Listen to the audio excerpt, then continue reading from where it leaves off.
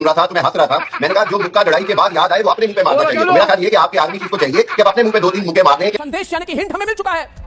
और जितने लोग परेशान थे कि 10 मई को हमने पाकिस्तान को छोड़ क्यों दिया, जब उनके गले की नस हमारे हाथ में थी तब सीजफायर क्यों हो गई, क्यों ऐलान किया? जब इनके डीजीएमओ ने भीख मांगा और इनके पाकिस्तान आर्मी के डीजी जो है आर्मी के, उन्होंने भीख मांगा, फोन पर हॉटलाइन पे कॉल की कि भारत हमें छोड़ दीजिए और ब्रह्मोस फायर मत कीजिए, हमें जीने दीजिए, तो हमने छोड़ क्यों दिया? कई लोगों ने मुझे सवाल पूछा। मेरे को नेशनल सिक्योरिटी सोर्सेज से सब कुछ मिल जाता है कि कितने रेडार सिस्टम, कितने कमांड कंट्रोल स्ट्रक्चर्स, कितने हैंगर, रनवे, लड़ाकू विमान F-16। अगर इसी तरह के सोर्सेज से आपके जिन्होंने कहा था कि सेरीना काबुल के 5वें फ्लोर पे पाकिस्तानी बैठे हुए हैं, जिस तरह के इंटेलिजेंस सोर्सेज आपके सेरीना काबुल के 5वें फ्लोर वाले थे ना, वैसे ही इंटेलिजेंस सोर्सेज ये आपके जो आपके एयर चीफ और आर्मी चीफ को इंफॉर्मेशन दे रहे थे। ये इंफॉर्मेशन करना बिल्कुल वैसी है। इंडिया ने 9 से 10 तक पाकिस्तानी फाइटर जेट उड़ा दिए। 5 हाईटेक फाइटर जेट्स तो एयर में shot down in the air में उड़ाए।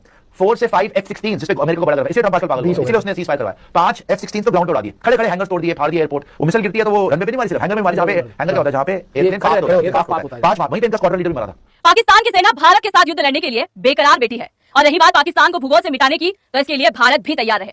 ये कथन मेरे नहीं है, ये कथन है पाकिस्तान के फील्ड मार्शल आसिफ मुनीर। दुश्मन को याद रखना चाहिए कि हम न सिर्फ तैयार हैं बल्कि अब की बार पहले से कई गुना ज्यादा बेहतर तरीके से तैयार हैं। DG ISPR major general Ahmed Sharif, Pakistani सेना प्रमुख जनरल उपेंद्र द्विवेदी ने आज कहा है, उन्होंने कहा कि ऐसी कार्रवाई होगी नेक्स्ट टाइम जो पाकिस्तान को सोचना पड़ेगा उसे इतिहास भूगोल में रहना है कि नहीं। ये मैं आपको बताना चाहता हूं कि इस बार भारत देश पूरी तैयारी के साथ है। लेकिन अल्टीमेटली हमारी सेना एक लॉन्ग टर्म प्लानिंग के बाद, लॉन्ग टर्म स्ट्रेटजी के बाद एक बहुत स्ट्रॉन्ग स्ट्राइक देगी, और वो देने वाली है। कब देगी? वक्त हमारी सेना चुनेगी। आवाज खोलो ना, हिम्मत करो, आवाज खोलो। अगर देखिए आपको कितना टाइम चाहिए तैयार होने के लिए? आपको कितना टाइम चाहिए तैयार होने के लिए? आप दिसंबर का कह रहे हैं, कोई टाइम नहीं, कह रहे हैं जनवरी का। एक मिनट मैं आपको बताऊं, एक मिनट आपके लिए हमें कोई पाकिस्तान के लिए हमें क्या टाइम चाहिए? पाकिस्तान के लिए हमें क्या? आपने एक बात करके इंडियन मिलिट्री की आपके पास कुछ है ही नहीं, फौज आपके पास नहीं, नेवी आपके पास नहीं, एयरफोर्स आपके पास नहीं, एयर डिफेंस आपके पास नहीं, आपके लिए हमें क्या टाइम चाहिए? अरे आपके लिए हमें सिर्फ अपना वो ये बात करते, अरे आपकी मुल्क, सिर्फ आपके मुल्क, आपके आवाम, आप जैसे लोगों को मौका दे रहे कि सेफ हेवन ढूंढो, इतना टाइम चाहिए। तो आपको चुप करके देखिए घर चला जाना चाहिए था। अगर आप तैयार नहीं थे अपने लोगों को सेफ, अरे हम तैयार हैं। जहां पे हैंगर क्या होता है, जहां पे एयरप्लेन खड़ा होता है, 5 वहीं पे इनका स्क्वाड्रन लीडर भी मरा था।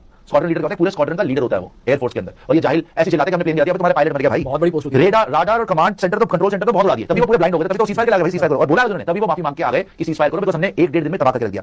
आज तक की longest surface to air missile kill है उनका एवॉक्स था, जो सर्वेलेंस के लिए होता है। लॉन्गेस्ट सरफेस टू एयर मतलब कि जमीन से हवा में। ये जो हो रहा है इस वक्त पीओके में, ये कोई पहली बार नहीं है। जब हमने सुने थे वो नारे, ये तो दहशतगर्दी है, उसके पीछे वर्दी है, ये नारे तो बहुत समय से गूंजते आए हैं पीओके में। लेकिन जिस तरह से आसिम मुनीर जाकर वहां खनिज दिखा रहे थे डोनाल्ड ट्रंप को, और उसके बारे में तस्दीक खुद उनके सांसद ने कर दी कि देखिए कैसे सेल्समैन बनकर चले गए मुनीर वहां, उससे ऐसा लग रहा है कि आग भड़क गई है, ये हमारी जमीन है, ये हमारे लोग हैं, और आप उनकी नीलामी करने में लग गए अमेरिका जाकर। नहीं, बिल्कुल मैं देखिए बताना चाहता हूं कि पिछले 3 महीनों में पाकिस्तान के असली रहनुमा जो कि फील्ड मार्शल या फील्ड मार्शल आसिफ मुनीर हैं, 3 महीनों में 3 बार वो वाशिंगटन पहुंच गए। अब मेरा उनको नसीहत होगी कि अगर वो वाकई प्रेसिडेंट ऑफ पाकिस्तान बनना चाहते हैं, पाकिस्तान में बहुत सारी प्रॉब्लम्स हैं, बहुत सारे मसाइल हैं, मेरी नसीहत होगी कि थोड़ा पाकिस्तान में रहे। हर तीसरे दिन वो एक सूटकेस लेके उसमें भरते हैं रेयर अर्थ, और वो पहुंच जाते हैं as a top salesman of Pakistan. पहले तो वो आर्मी चीफ थे, फिर उनको लगा कि नहीं साहब मेरी असली टैलेंट सेलिंग में है, ट्रेडिंग में है।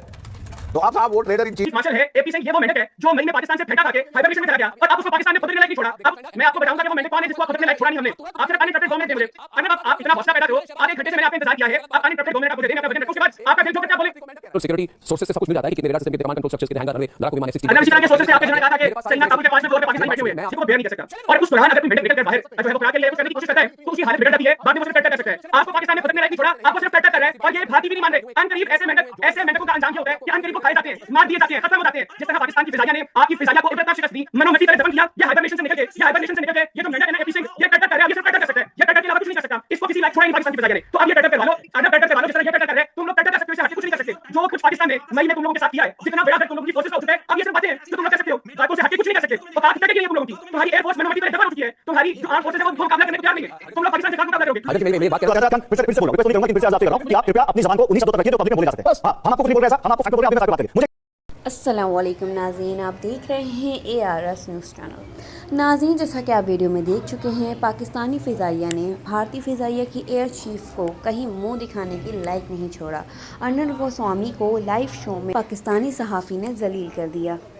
नाज़रीन, अगर आप हमारी वीडियो देखना पसंद करते हैं तो हमारे चैनल को सब्सक्राइब करें ताकि आने वाली हर वीडियो सबसे पहले आपके पास पहुँचे। चलते हैं मुकम्मल वीडियो की जानिब। इस बात को नोटिस करेंगी कि जब मैं किसी पाकिस्तानी, देखिए एक तरफ पाकिस्तानी एक तरफ भारतीय है, हम कैसे बात करते हैं, एक ठहराव है, एक बोलने का तरीका है, एक कंपोजर है, और पाकिस्तानी कैसे बात करते हैं। पाकिस्तानी बड़ी कमाल की बात है अर्नब, सारी दुनिया में लोग आपके बोलने का मजाक उड़ाते हैं। लोग कहते हैं कि इससे घटिया कोई बोल नहीं सकता, आप हमें बोलना सिखाओगे।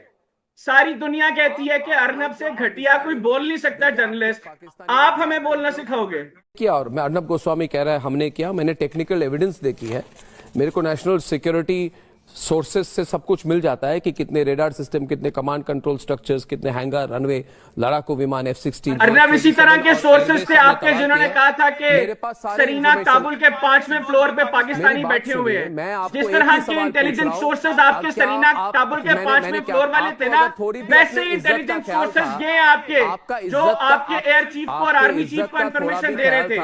ये इंफॉर्मेशन अर्नब बिल्कुल वैसी है जैसे सरीना काबुल के 5वें फ्लोर वाली इंटेलिजेंस इंफॉर्मेशन आपने दी थी। अरे पाकिस्तानी हो फिर भी थोड़े ढंग से, हमने आपको अटैक, आपने काउंटर स्ट्राइक क्यों नहीं की? मैंने आपके लोगों का वक्त बचाया है, मैंने आपके लोगों का वक्त बचाया ये बताकर कि जैसे आपके सोर्सेस ने सरीना काबुल के 5वें फ्लोर की खबर दी थी ना, और बताया था कि वहां पर कितने पाकिस्तानी जवान बैठे हैं, वैसे ही सोर्सेस हैं जिन्होंने आपको बताया कि उन्होंने पाकिस्तान के कितने स्ट्रक्चर्स को डैमेज किया है। औकात टके की नहीं है, औकात टके की नहीं है तुम लोगों की फौज की। कुछ नहीं बिगाड़ सकती तुम लोगों की फौज हमारा, लिटरली कुछ नहीं बिगाड़ सकती। मैंने पहले कहा आपका एयर चीफ एनालिस्ट हैदर हयात खान जी से। हैदर हयात खान जी, चलिए आप मुझे कह रहे हैं, मैं हैदर साहब से पूछा, आपका नाम हैदर है क्या शुमेला जी? मैं हैदर साहब से बात कर रहा हूं, उन्हें बोलने दीजिए, नहीं तो इनकी हालत शहबाज शरीफ जैसी हो जाएगी जिसको आजकल बोलने भी नहीं देते मुल्ला मुनीर। मेरी बात सुनिए, 3 हैंगर, 2 रनवे, 5 लड़ाकू विमान, 4 रेडार सिस्टम, 2 कमांड और कंट्रोल सेंटर और 10 एयरबेस पूरी तरह से ध्वस्त हो गए, ये हम कह रहे हैं। अगर आप कह रहे हैं कि ऐसा नहीं है, कुछ नहीं हुआ भैया, कुछ नहीं हुआ, फुलझड़ी थी, तो मुझे बताइए आपने काउंटर स्ट्राइक क्यों नहीं की? आपने, हैदर साहब मुझे बताइए, कोई डिफेंस एक्सपर्ट है, आप मुझे बताइए, आपको हमने ध्वस्त कर दिया, खत्म कर दिया, बर्बाद कर दिया, कह दिया कि कर दिया, आपके पास काउंटर स्ट्राइक कैपेबिलिटी क्यों नहीं थी? आप दौड़ते दौड़ते अमेरिकन के पास क्यों गए? आपने काउंटर स्ट्राइक क्यों नहीं की? या तो हमारे एयर डिफेंस सिस्टम्स बहुत अच्छे हैं, या फिर यह भी हो सकता है कि आपके पूरे एयरबेस ही ध्वस्त हो गए थे, जिसके साथ आपके काउंटर स्ट्राइक की कैपेसिटी चली जा चुकी थी, आपकी नहीं थी। आप कोई सिचुएशन में नहीं थे कि भारत पर काउंटर स्ट्राइक करें। आप मुझे देखिए शुमेला जी, आप चिल्लाएंगे तो क्या फायदा होगा? आपकी ऑडियो भी मैंने कम रखी हुई है, आप इनको बोलने दें।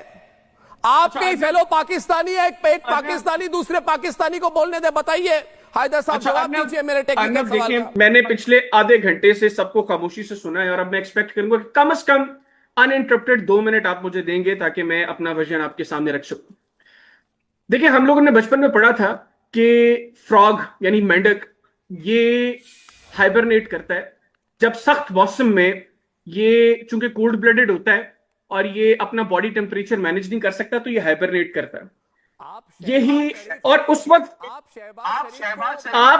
आप मुझे, मैं आपको सारे जवाब दूंगा। देखिए, मैंने आधा घंटा इंतजार किया है, मुझे अनइंटरप्टेड 2 मिनट तो देना। आप मुझे अनइंटरप्टेड 2 मिनट दें, मैं आपको साबित करूंगा, मैं आपको बताऊंगा कि वो मेंढक कौन है, मैं आपको बताऊंगा कि वो मेंढक कौन है जिसको आप खुदकने लायक छोड़ा नहीं हमने। आप सिर्फ अनइंटरप्टेड 2 मिनट दें मुझे। अर्नब, आप इतना हौसला पैदा करो, आधे घंटे से मैंने आपका इंतजार किया है, अब अनइंटरप्टेड 2 मिनट आप मुझे दें, मैं अपना वजन रखता हूं, उसके बाद आपका दिल जो करते आप बोले। मैं आपको बता रहा हूं, देखिए, जो मेंढक है वो हाइबरनेट करता है जब वो जिस टेम्परेचर को वो बेयर नहीं कर सकता, और उस दौरान अगर कोई मेंढक निकल कर बाहर जो है वो खुराक के लिए या कुछ करने की कोशिश करता है तो उसकी हालत बिगड़ जाती है, बाद में वो सिर्फ टर कर सकता है।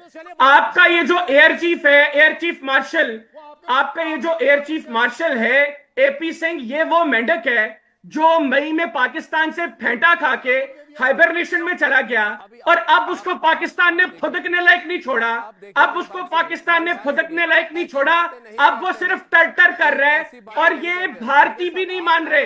अनकरीब ऐसे मेंढकों का अंजाम ये होता है कि अनकरीब वो खाए जाते हैं, मार दिए जाते हैं, खत्म हो जाते हैं। जिस तरह पाकिस्तान की फिजाइया ने आपकी फिजाइया को इबरतनाक शिकस्त दी, मनो मट्टी तले दफन किया, ये हाइबरनेशन से निकल के ये जो मेंढक है ना एपी सिंह, ये टर्टर कर रहे हैं। अब ये सिर्फ टर्टर कर सकता है, ये टर्टर के अलावा कुछ नहीं कर सकता। इसको किसी लायक छोड़ा ही नहीं पाकिस्तान की फिजाइया ने।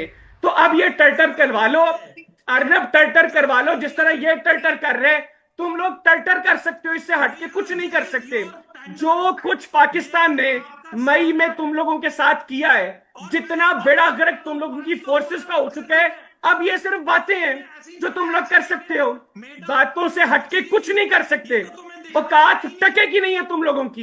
तुम्हारी एयरफोर्स मनोमट्टी तले दफन हो चुकी है, तुम्हारी जो आर्म फोर्सेस है वो मुकाबला करने को तैयार नहीं है। तुम लोग पाकिस्तान से खाक मुकाबला करोगे। हैदर जी, मेरी एक बात पूछना चाहता हूं आपको, सर आपसे डायरेक्ट सवाल है, बुरा ना माने।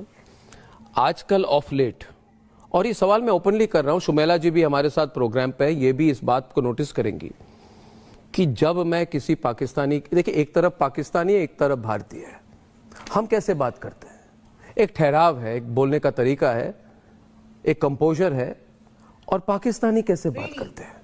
पाकिस्तानी बड़ी कमाल की बात है अर्नब, सारी दुनिया में लोग आपके बोलने का मजाक उड़ाते हैं। लोग कहते हैं कि इससे घटिया कोई बोल नहीं सकता, आप हमें बोलना सिखाओगे। सारी दुनिया कहती है कि अर्नब से घटिया कोई बोल नहीं सकता जर्नलिस्ट, आप हमें बोलना सिखाओगे। एक एक चीज अगर हमारे केंद्रीय मंत्री की तरफ से अगर कोई बात सामने आती है, या फिर हमारे जनरल, सेना प्रमुख, इन सब की तरफ से कोई बात आती है, तो ये सीधे सीधे लोग जो आपके देश के वासी हैं उनका मनोबल को बढ़ाता है। ये बताने की एक कोशिश और थी कि सेना अभी भी डटी हुई है पूरी तरह से, बॉर्डर के एरिया में डरने की जरूरत नहीं है। उनके लिए भी है एक संदेश।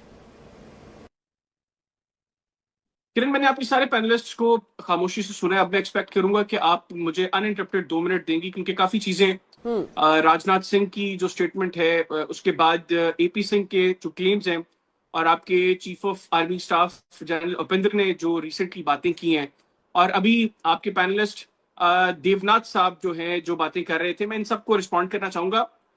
देखिए, सबसे पहले तो राजनाथ सिंह ने जो सरक्रीक के इशू के ऊपर बात की, अगर तो ये चीज थी डोमेस्टिक कंजम्पशन के लिए, ठीक है, हम इस चीज को समझ सकते हैं कि भारत के अंदर आप लोगों को जरूरत होती है एंटी पाकिस्तान रेटरिक की, गो के होना नहीं है चाहिए, आइडियल सिचुएशन में ऐसा नहीं होना चाहिए। लेकिन आप लोगों ने चूंकि इससे बाज नहीं आना, तो आप लोग अगर डोमेस्टिक कंजम्पशन के लिए सब कुछ कर रहे हैं, कर लें।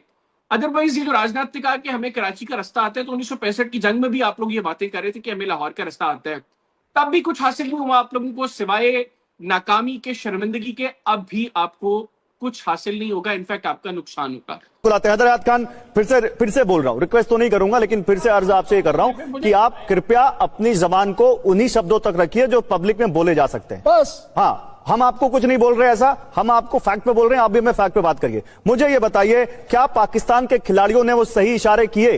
वो जो दिखाया था, वो आपके खिलाड़ी ने 50 मारने के बाद बड़ा अच्छा बैटिंग की थी, हम भी उसकी तारीफ करते हैं, लेकिन जो दिखाया था वो सही किया था क्या? वो स्पोर्ट्समैन स्पिरिट है, वो स्पोर्ट्समैन स्पिरिट है। चले मुझे बता दें कि वही इशारा महेंद्र सिंह धोनी ने जब किया था वो दुरुस्त किया था। महेंद्र सिंह धोनी कहां से आ गए एशिया कप में? यार इन्हें पता ही नहीं है कौन खेल रहा है। धोनी कहां से आ गए एशिया कप में? पाकिस्तान के प्लेयर्स के नाम पूछो। मुझे इस चीज का जवाब दे दो, अगर महेंद्र सिंह धोनी ने जब वो इशारा किया था वो ठीक किया था, गलत किया था? महेंद्र सिंह धोनी कहां से आ गए इस एशिया कप में?